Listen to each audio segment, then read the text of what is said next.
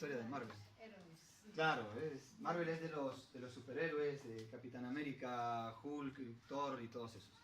Pero esta historia está centrada principalmente en unos alienígenas que están modificados genéticamente.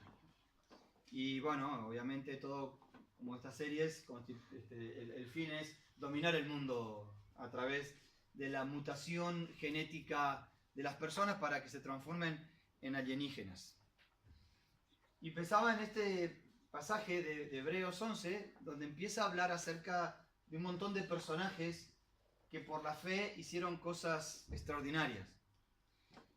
Y digo, estos no eran de Marvel, estos no son alienígenas, no eran personas cambiadas genéticamente, no era que tuvieran superpoderes, no eran personas las que menciona Hebreos capítulo 11 que vinieran desde algún planeta extraño y que hayan descendido en alguna nave espacial, no cuentan con trajes superpoderosos, simplemente tenían fe. Y quizás entonces podríamos decir su mutación genética consistía en la fe. Lo que hacía la diferencia de estos hombres de Hebreos capítulo 11 con nosotros no tenía que ver con superpoderes ni con contexturas atléticas, tenía que ver con la fe. Y con creer en que Dios es quien dice ser, que hace lo que dice que puede hacer, pero que también nosotros tenemos que creer que somos quien Dios dice que nosotros somos. Una de las principales luchas que tenemos como creyentes tiene que ver con nuestra identidad. ¿Quién soy? ¿Qué es lo que me define? ¿Cuáles cosas puedo decir que soy yo? ¿Y qué cosas se fueron adhiriendo a lo largo de la vida? Nosotros vamos viviendo y se nos van adhiriendo cosas, se nos van adhiriendo experiencias, a algunos se les adhieren profesiones, títulos, estudios, y a veces nos vamos empezando a definir por esas cosas. Yo soy pastor, yo soy médico, yo soy constructor, yo soy, ¿no? Yo soy jubilado. Entonces pareciera pero esas son solamente cosas que se nos han adherido a lo largo de la vida. A veces también sentimos que hay cosas que nos han ido marcando, que nos han ido determinando ciertas situaciones. La familia en la que nacimos, las oportunidades que tuvimos, los traumas por los cuales hemos tenido que pasar. Pero si tuviéramos la posibilidad de sacar todo eso, ¿quiénes somos? ¿Con qué nos quedaríamos? ¿Cuál sería ese modelo original? ¿Cuáles cosas son mi verdadero yo? Y cuando vemos a Dios, yo lo veo a Dios trabajando esto en nuestra vida, tratando de quitar todas las cosas que nosotros hemos añadido para que podamos definirnos en su propósito y en su modelo original. Por eso es que Dios siempre está trabajando en la restauración de nuestra vida, en volvernos al proyecto original que Dios tenía para con nosotros, en que podamos definirnos simplemente como hijos de Dios y que podamos en fe empezar a apropiarnos de todas esas cosas que Dios nos ha prometido. A veces estamos más pendientes, bueno, no nosotros, pero vieron que hay algunas personas que están pendientes de las herencias, ¿no? Bueno, hay muchos juicios a veces que se desatan por esto. A veces uno conoce al hermano que tiene en carne cuando se muere el padre, ¿no? Porque ahí a veces empiezan las pujas, los conflictos por las herencias.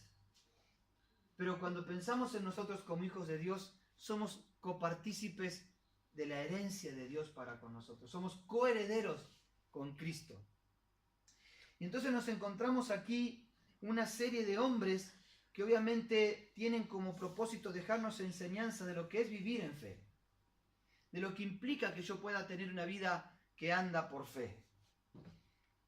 Y que comienza en el versículo 4 del capítulo 11 diciendo: por la fe Abel ofreció a Dios más excelente sacrificio que Caín, por lo cual alcanzó testimonio de que era justo, dando Dios testimonio de sus ofrendas, y muerto aún habla por ella.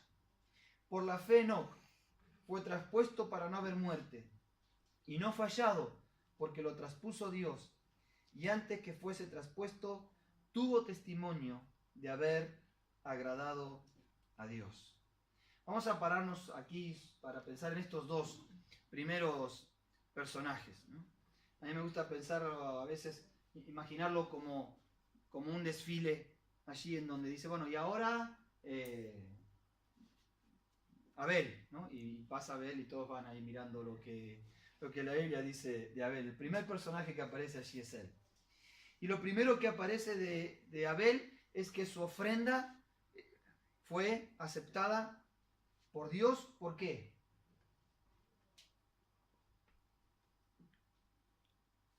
Porque lo había dado con el corazón y era limpio. Por la fe. La única razón que dice es por la fe Abel ofreció a Dios más excelente sacrificio que Caín. La historia de esto obviamente la encontramos en Génesis.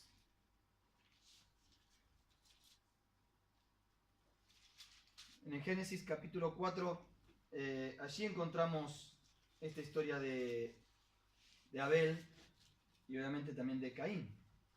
Conoció, dice Adán, a su mujer Eva, la cual concibió y dio a luz a Caín. Y dijo, por voluntad de Jehová he adquirido varón. Después dio a luz a su hermano Abel, y Abel fue pastor de ovejas, y Caín fue labrador de la tierra. Y aconteció andando el tiempo que Caín trajo del fruto de la tierra una ofrenda a Jehová, y Abel trajo también de los primogénitos de sus ovejas, de lo más gordo de ellas, y miró Jehová con agrado a Abel y a su ofrenda, pero no miró con agrado a Caín y a la ofrenda suya. Y se ensañó Caín en gran manera y decayó su semblante. Entonces Jehová dijo a Caín, ¿por qué te has ensañado? ¿Y por qué ha decaído tu semblante? Si bien hicieres, ¿no serás enaltecido? Y si no hicieres bien, el pecado está a la puerta. Con todo esto, a ti será su deseo, y tú te enseñorearás de él. Y dijo Caín a su hermano Abel, salgamos al campo, y aconteció que estando ellos en el campo, Caín se levantó contra su hermano Abel y lo mató. Y Jehová dijo a Caín, ¿dónde está Abel tu hermano? Y él respondió, no sé. ¿Soy acaso yo guarda de mi hermano? Y él le dijo, ¿qué has hecho? La voz de la sangre de tu hermano clama a mí desde la tierra. Esta es la historia de la primera ofrenda presentada por dos personas a Dios, la historia del primer asesinato, la historia del primer juicio de parte de Dios, así a causa de un pecado como el que cometió Caín. Es una historia bastante interesante. Muchas veces se ha preguntado por qué Dios aceptó la ofrenda de Abel y rechazó la ofrenda de Caín. Bueno, nosotros dijimos, porque la presentó con fe. ¿Pero con fe en qué? ¿Cuál era el fundamento de la fe de Abel? Porque no era la palabra.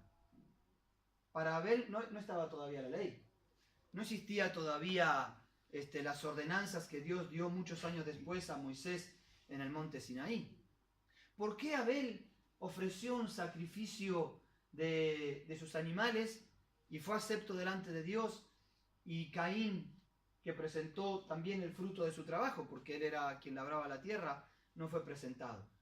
¿Cuál era el testimonio que tenía Abel acerca de esto?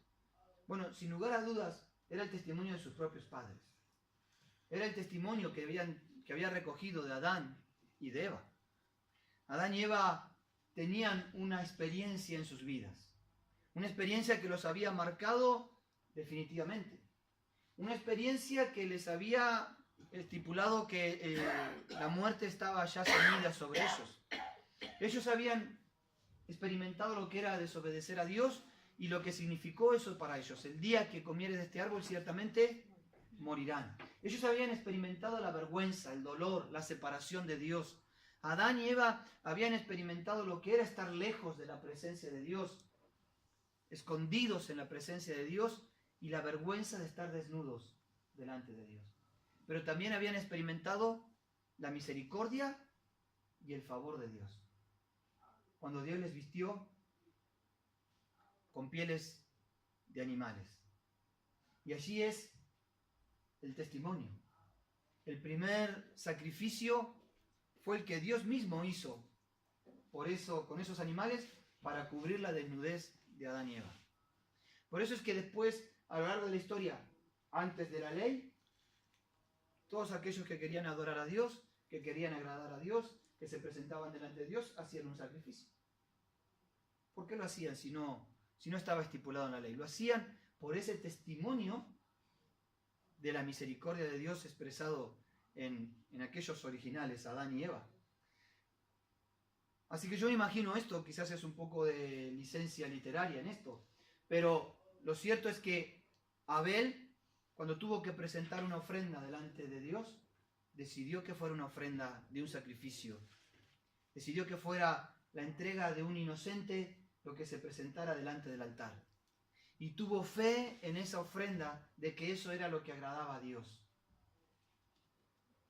Bueno, pues Caín simplemente se dedicó a cumplir el rito, a hacer la ofrenda, pero sin fe, a llevar a Dios algo sin sangre, podríamos decir, sin sacrificio.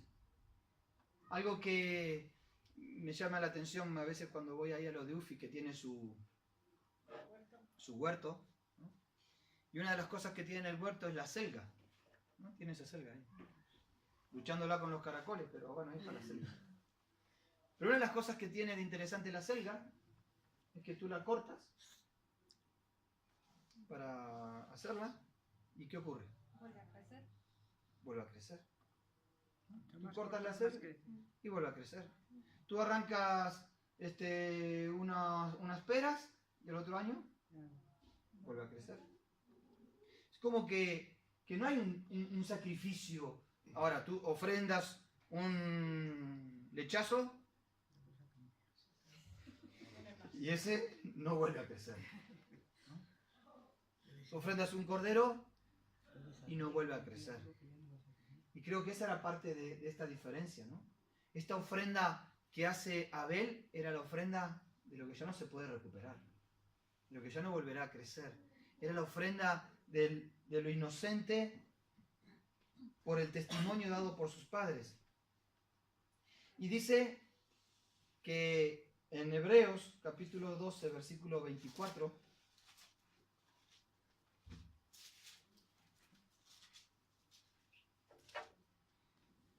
está hablando de Jesús como el mediador de un nuevo pacto.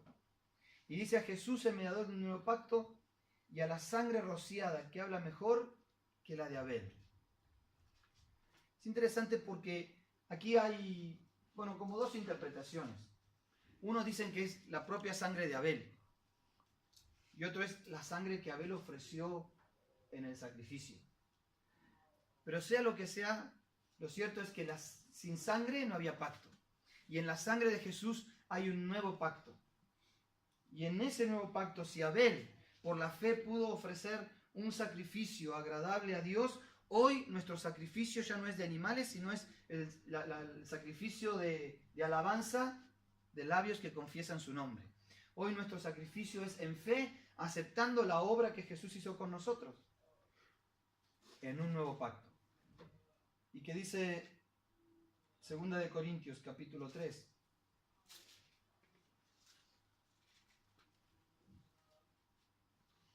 Versículo 3 en adelante, dice, versículo 4. Y tal confianza tenemos mediante Cristo para con Dios.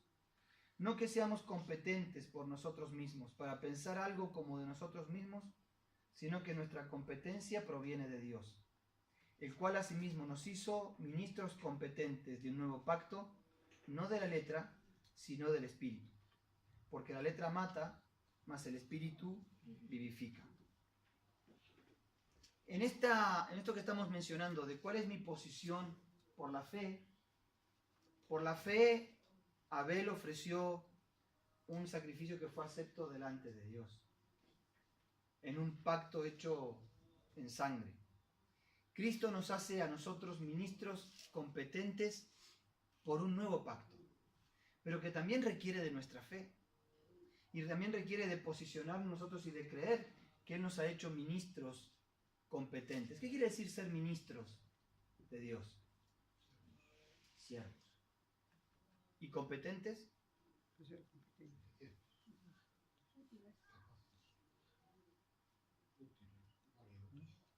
Está bueno, ¿eh? A ver, un poquito más fuerte, porque no sé si todos escuchan. Así como... Válidos. Vamos a dar sinónimos de competentes. A ver. Útiles. ¿Usted había dicho algo recién? Se te olvidó. ¿Qué más?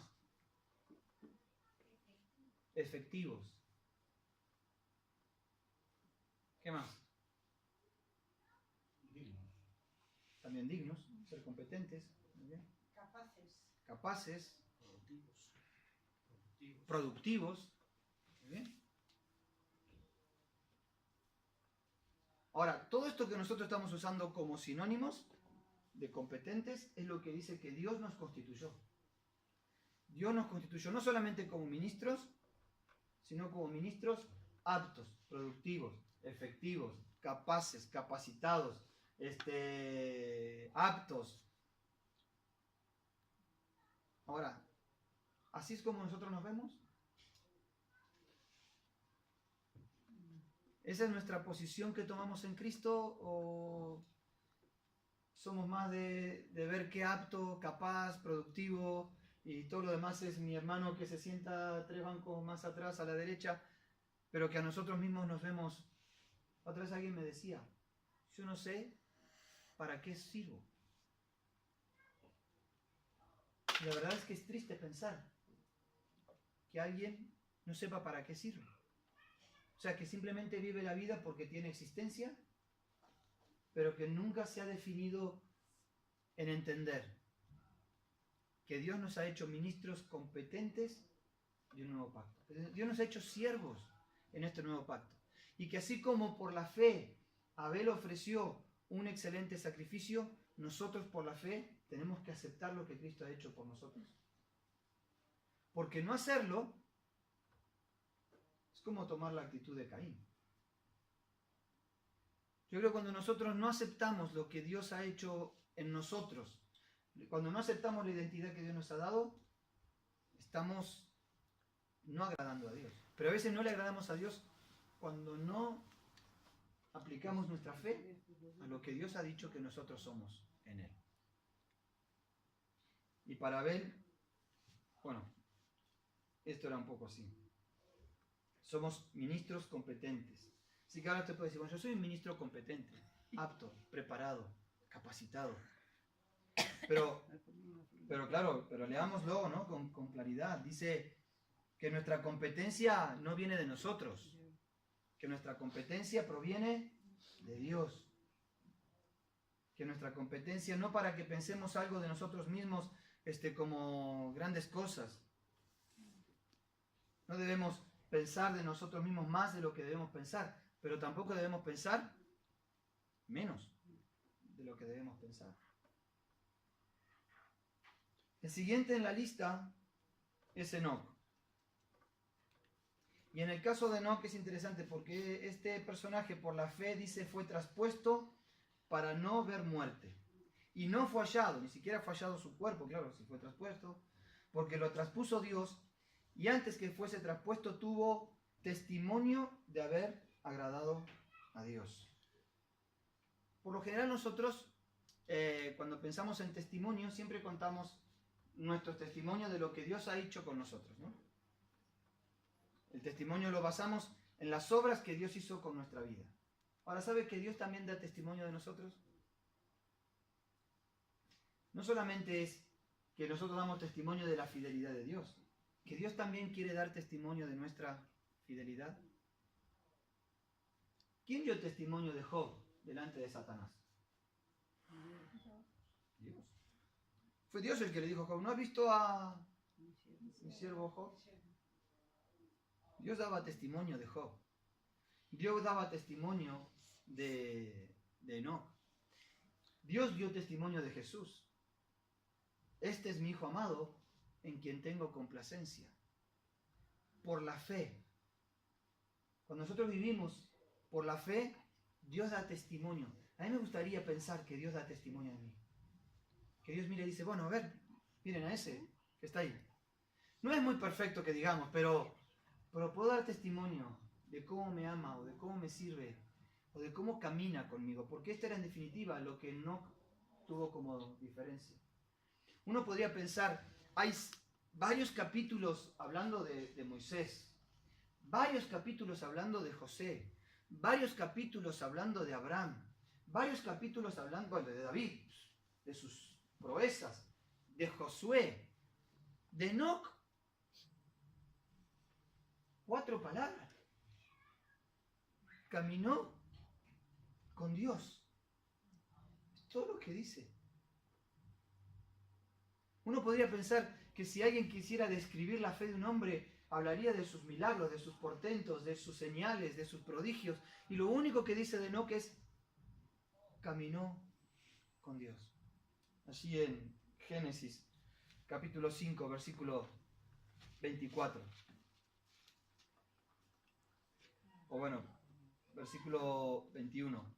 Dice, y vivió Enoc 65 años y engendró a Matusalén.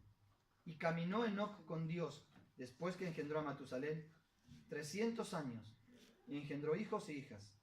Y fueron todos los días de Enoc 365 años. Y caminó pues Enoc con Dios, y se apareció porque le llevó. Lo único que dice es que caminó con Dios. 300 años. Pero es que tan simple y tan complejo. Tan simple y tan profundo. Caminar con Dios. Yo me acuerdo tenía, cuando era chico, un perro, un Doberman. ¿Conocen a los Doberman? Sí, sí. Era bueno, pero era claro. Y yo era chico, tenía la edad de Julie. Así que el perro me sacaba a pasear a mí. No era que yo sacaba a pasear al perro, ¿no? El perro iba y yo sosteniéndolo como pudiera. Pero qué diferente cuando la otra vez fuimos a ver la exposición de Canes, de la policía, y el perro camina al lado de su instructor. Y simplemente el instructor lo mira y el perro se sienta y es una cosa maravillosa. Yo digo, claro, mi perro no caminaba conmigo, yo corría detrás de él. Esto es que el perro camine con el instructor. Y a veces con Dios hacemos lo mismo. A veces con Dios somos un Doberman desbocado y Dios sosteniéndonos, pero nosotros queriendo ir a donde nos da la gana, haciendo fuerza por escaparnos. Si pudiéramos salirnos, a veces hasta de su radar, lo haríamos. Pero caminar con Dios es como esos perros, ¿no? Atentos. Me llamaba la atención porque estábamos en esa exposición y decían, ustedes observen cómo el perro permanentemente mira a su instructor. Y el perro va caminando y va caminando así. Va mirándolo al instructor a ver qué le dice. Yo digo, wow. Si nosotros aprendiéramos a caminar así con Dios, estando atentos a nuestro instructor, dispuestos a obedecer sus indicaciones, sus órdenes, que eso es vivir por fe. No vivir por vista, sino por fe. Y lo de Enoc, dice, bueno, y simplemente Dios le traspasó, porque caminó con él. Y dice en Hebreos, cuando leíamos de Enoc, dice, y tuvo testimonio de haber agradado a Dios, de haber complacido a Dios. Que nuestro desafío pueda ser, ¿cómo complazco a Dios? ¿Cómo puedo hacer para complacer a Dios? Que mi andar en fe sea para complacerle a Él. Hace 2 domingos atrás, ¿no? Cuando tuvimos el culto abierto y compartía este hermano que vino de Madrid y decía, poder preguntarnos, ¿qué haría Jesús? Y yo cambiaría también un poco la pregunta. Porque a veces lo que haría Jesús no sé si lo puedo hacer yo. Pero sí le preguntaría, ¿qué quieres que yo haga? Porque entonces sí lo voy a poder hacer. Entonces a veces más que querer adivinar qué haría Jesús en mi situación, decirle, Dios, ¿qué es lo que tú quieres que yo haga aquí? ¿Cómo puedo obedecerte en esto? ¿Cómo puedo aplicar mi fe? ¿Cómo puedo hacer que mi fe sea práctica en esta situación que estoy viviendo, en esta circunstancia que estoy pasando, y que pueda agradarte a ti? Algunos piensan que esto puede ser como una vida así media como aburrida, o como rutinaria, o como un letargo, pero quiero decirte que en la vida espiritual, dice en 1 Corintios 2:9, pero cosas que ojo no vio, ni oído yo, ni ha subido a corazón de hombre, son las que Dios tiene preparadas para nosotros, para los que le temen. Así que la vida espiritual debe ser una vida no de rutina, sino decir, a ver, cosas que ojo no vio. Como cuando vamos a un lugar nuevo, ¿no? No nos alcanzan los ojos para mirar todo. Y cuando ya vamos a un lugar que nos es común, hasta nos perdemos de vista la belleza que tiene. Pero Dios dice, yo tengo para ustedes cosas siempre nuevas, desafíos nuevos. Cuando caminamos con Dios, no hay en ese caminar rutina, ni monotonía, ni aburrimiento. Cuando caminamos con Dios, cada día puede ser una experiencia nueva y desafiante. Pablo decía, yo dejando ya lo que quedó atrás, una cosa hago, me extiendo a lo que está delante, prosigo la meta. Wow. Vivir en fe es sin lugar a dudas un desafío de que podamos vivir una aventura en Él. Que nuestra vida se estimule a decir, Señor, hoy me levanto contigo. ¿Qué vamos a ver hoy? Señor, quiero caminar contigo. ¿Qué me vas a mostrar? ¿Cuáles son las cosas que tú tienes preparadas para mí? ¿Cuáles son las cosas que tú quieres que hoy me maravillen de tu mano? ¿Con cuáles cosas me vas a sorprender? Porque Dios es así. A veces nos cuesta, ¿no? Y nos enganchamos una y otra vez en la rutina, en la monotonía. Pero a veces podemos despertarnos de nuevo y decir, Dios, yo quiero caminar contigo. Caminar contigo no es algo monótono. Tú tienes cosas preparadas para mí, que aún ni siquiera las conozco quizás. Pero ¿qué adrenalina genera en nosotros los nuevos desafíos de fe? Así que, adelante. Y bueno, seguiremos con esto el próximo miércoles. Tenemos allí varios esperando en la galería para enseñarnos algo más.